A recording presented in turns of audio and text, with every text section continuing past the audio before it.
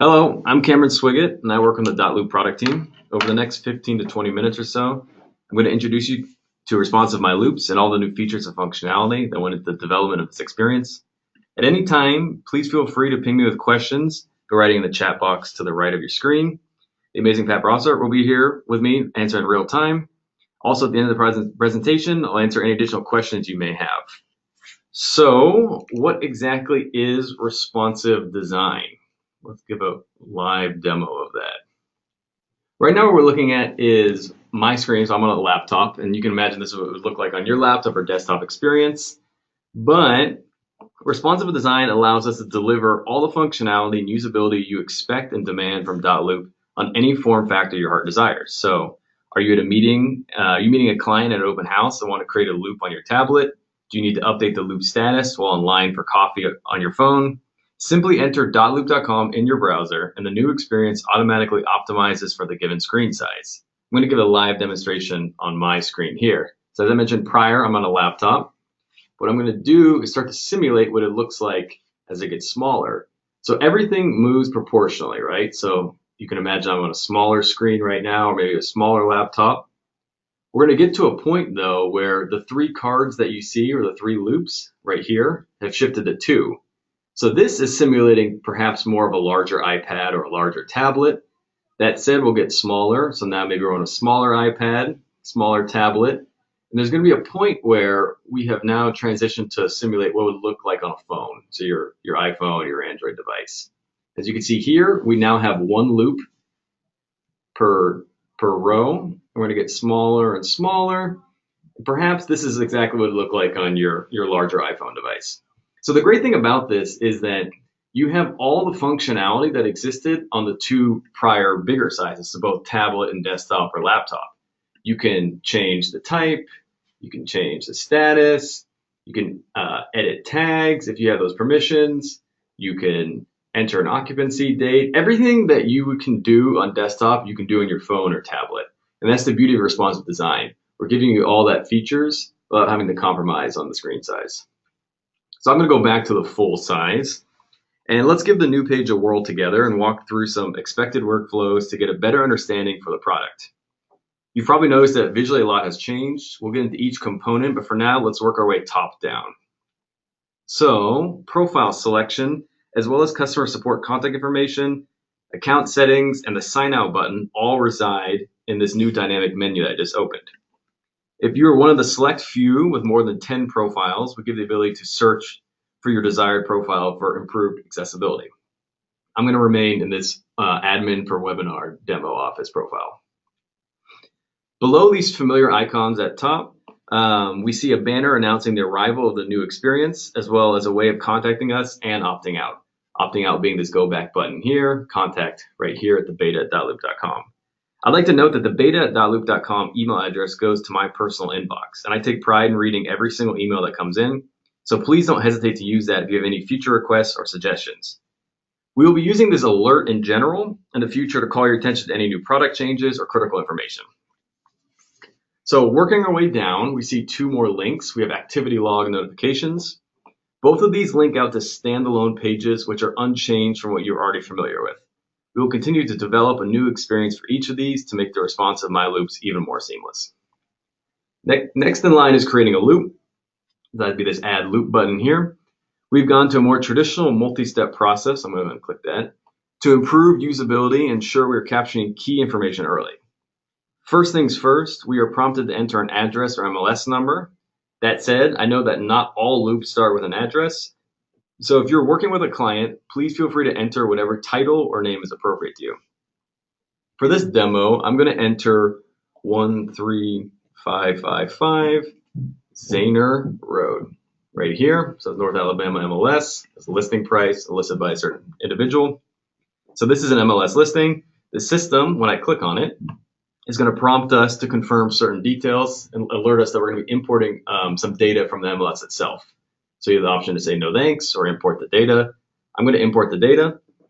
We get a confirmation screen here summarizing everything that'll be imported. I'm going to click continue. If my broker enforces templates upon loop creation, we would be prompted to select one before moving on. That said, this profile is not set up for that. So what we see right now is the photo selection screen. And one great new feature of responsive My Loops is that if we associate the loop to an MLS ID, as we did with this example, then we can automatically pull down the lead image on that listing. As you can see here, that is exactly what happened. If for whatever reason you don't want a photo or you prefer to upload your own from your phone or computer, you have the option to do that both with these buttons. So deleting would, as the name implies, delete the photo. If I click the change photo, I'm prompted to select from my computer, if I was on my phone, whatever images I have on my phone. I like this photo, it's pretty, we're gonna keep it. So I'm gonna click done. We get the nice little loading image there. And then the final step is a visual of the created loop itself.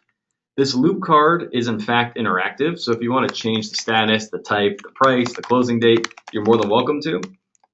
From here, we have the chance to jump in to the loop to start digging into the transaction. We can create another loop with this button down here, or we can return to My Loops. So just to give an indication of the interactiveness I referenced earlier, is I can change the type, and we automatically imported the listing price, and you can change the status, you can change the closing date, etc. So I'm not going to create another loop. I'm not going to jump into the loop, which I could with this button here. I'm going to go back to My Loops. Continuing the theme of working our way down, we can now explore the new search bar. So here we begin to type, and the system will search across loop title, address, MLS number, tags, review stages, and more. I'm going to type 21 in the search bar, and the system highlights the relevant criteria it matched on. So clicking a result will take you to that specific loop. But to give you a sense of the highlighting, right? So I searched by 21, and one of the loops I'd created prior was addressed 2110 La Vega. So you see that we highlighted the 21 part. But another loop didn't have that in the title, but had an MLS number. So we give you a sense what you're searching on and what we actually matched on. And you can, as I mentioned prior, you can click into that and open the loop itself. Next up is the new filtering, where I would say a lot has changed. So there's a top search bar, which allows us to search across any of the potential criteria. So I can, for instance, type in no status. Once again, we get that highlighted effect showing what we searched on, or I'm searching for D. Now everything that has D in it, including review stages, tags, loop status, all that is filtering. But you have the ability to collapse and expand each field for improved usability. So maybe I don't want to look at loop status. I can collapse these guys, collapse these, collapse all of them, right? I have that flexibility. I can select up to 9 in any individual section. So when I mean a section, I mean this loop status is one section, review stage is one section. I can select up to 9 of those per, and then I can click apply. So let's say, for instance, I'm going to do leased and active listing. I'm going to click apply down here. And now we're looking at a subset of all of my loops on this profile. They are either leased or active. I go back to filters. I can click clear, and there we are. These are all the loops once again. That said, the new feature, or rather my new favorite feature, is the custom filter group settings. So once again, we're going to select a couple of things like we did prior. So let's say we want leased, active listing, and then maybe a tag. I don't know, where's the price, okay? So I have 3 different things selected, and I feel that going forward throughout my experience with dotloop, these will be useful to utilize. So I'm going to click save, and this prompts this new screen. So I'm now creating a filter setting. So I'm going to say it's the webinar demo group, and below that we have a filter summary. So I've selected 2 loop statuses, leased and active listing, and I've also selected 1 tag. From here, you can imagine, you say, you know what, leased actually isn't that relevant to this filter group going forward. I can select and deselect that, do that with tags. I can do whatever I want to modify and ultimately save the filter group that I want. I happen to like these 3, so I'm going to go ahead and click create and apply. Now, it has done 2 things. One, it has filtered all my loops down to meet those 3 relevant criteria. There's only 1 loop that applies for those. But the real cool thing is if I go back to filters now, there's a brand new section at the top. So it's Save Custom Filters. And in that, we have the name that I gave it, which is the webinar demo group. We have a summary of all the items in there. So the loop statuses and the tags. I have the ability to delete this. So if I don't actually find this relevant for my life going forward, I can delete it. and I can select and deselect it. So we'll keep it selected. The great thing also is that there's no limit on how many of these you can create. And when you sign out or you come back a week later or whatever, these are going to persist until you delete them. So I think it's a great feature. I think it really helps those who have a lot of different loops they're trying to filter on, and you don't have to go in and select them all and deselect them all. So let's clear these, get back to all of our loops. Next in line is the sorting options. So sort is right next to filters. I click that, and you get a list of all the things that we can sort on. There's quite a few to choose from. So we have creation date, last updated, transaction price, listed date, expiration date, closing date, submitted for review date, contract agreement date, and agent name. We'll keep on last updated. To the right here is an ascending and descending button. So you can actually modulate all of them on that. So right now it is on descending, and we can flip it to ascending just with the click of that button there. The final button on this row is the mode selector. From here, you can toggle back and forth between grid and list view. This is the grid view, which we're in right now. I click this button right here, and then we are in list view. Unlike the old version, we have complete information parity between the two views, so it truly boils down to your own preference. Either one is a good choice in my book. I'm going to go back to grid. That's my personal preference. Finally, we get to the star of the show, the loop. As you can see, in grid view, we show the loop photo when available. You see those here.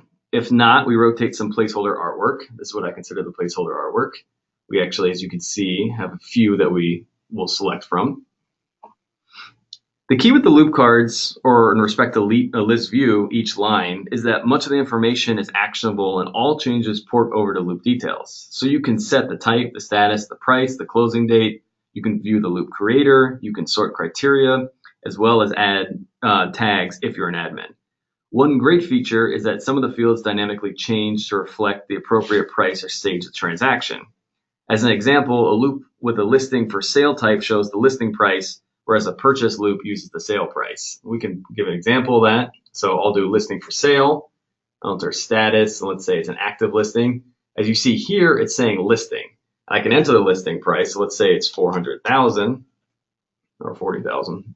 And if I change the type, let's say now it's a purchase. So no longer are we relevant, or no longer are we interested in the listing price, we're interested in the purchase price. So perhaps it's sold now, and it's sold instead of for 40,000, sold for 45,000. We can enter that there. When I enter that information, be that type, status, sale, all that gets ported into the loop details data settings as well.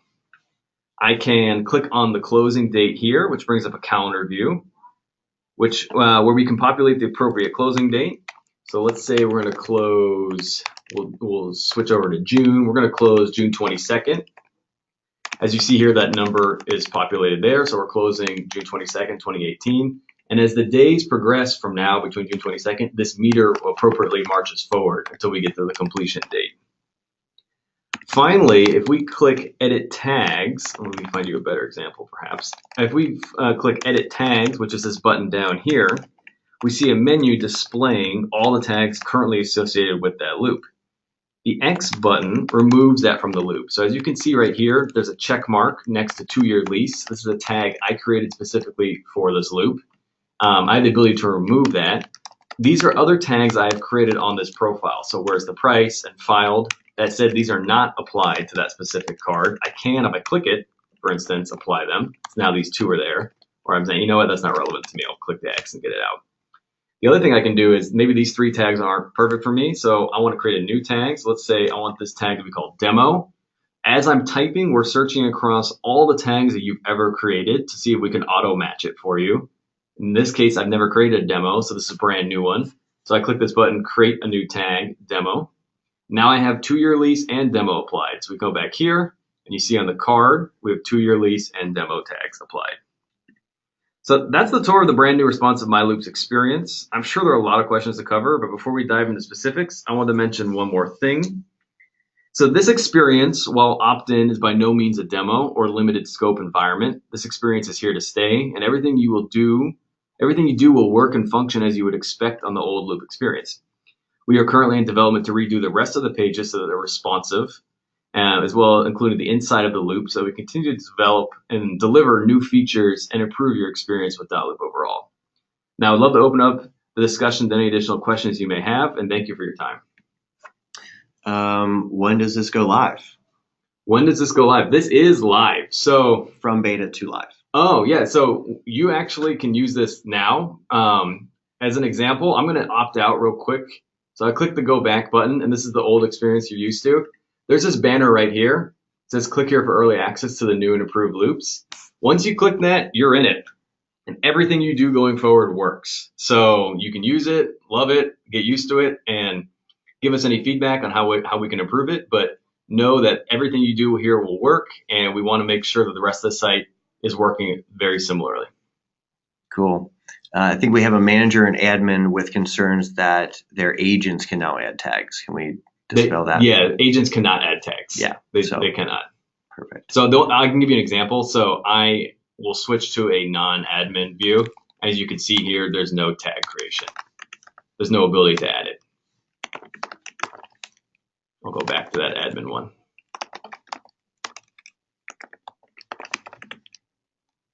It looks like that's all the questions that we have on the list. That said, I'll ping it again right up here, beta@dotloop.com. I mean, that quite literally goes to my personal inbox. So I love hearing from all of you what you like, what you don't like, what you'd love to see added. Your voice matters. We want to make sure that we're building all the features and functionality that makes your life easier, right? You're the end goal. So please let me know, and we'll make sure we get it on the slate and get it updated. Do have one here, I think is a pretty good question. The ability to see agent names in list view, like today, to the right of the loop name. Yeah, so that depends on, so this is switching over to list view. It really depends on the sort order you have. So I don't have, because this is a demo account, we don't have any agents associated with it. I should have actually done that. But you would see it on this section right here. Over there. Great. People want to know your name again. Sorry, I'm Cameron Swiggett. There you go. And you've answered one part of the question as far as the when is this available, but when is the old version going to sunset?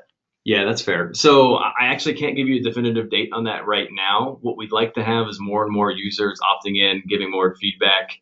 That said, it will not be a situation where we pull the plug and you come in next day and you had no idea.